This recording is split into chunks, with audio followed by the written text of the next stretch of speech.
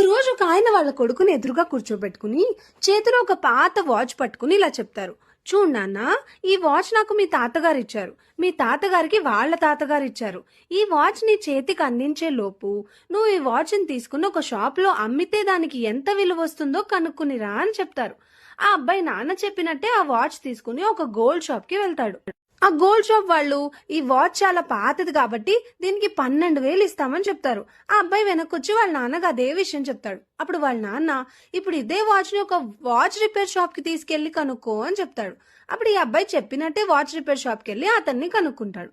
అతను, ఇది చాలా పాతగా అయిపోయింది, దీనికి 800 కన్నా ఎక్కువ ఇవ్వలేమని చెప్తాడు. అప్పుడు ఆ బాబు మళ్ళీ వాళ్ళ నాన్న దగ్గరికి వచ్చి, నాన్న దీనికి 800 ఇస్తారంట అని చెప్తాడు. అప్పుడు వాళ్ళ నాన్న, దీన్ని మ్యూజియం కి తీసుకెళ్ళు అని చెప్తాడు. మ్యూజియంలో వాళ్ళు, ఇది చాలా పురాతనమైంది, ఇది మా దగ్గరే పెట్టేసుకుంటాము, మీకు 5 కోట్లు ఇస్తామని చెప్తారు.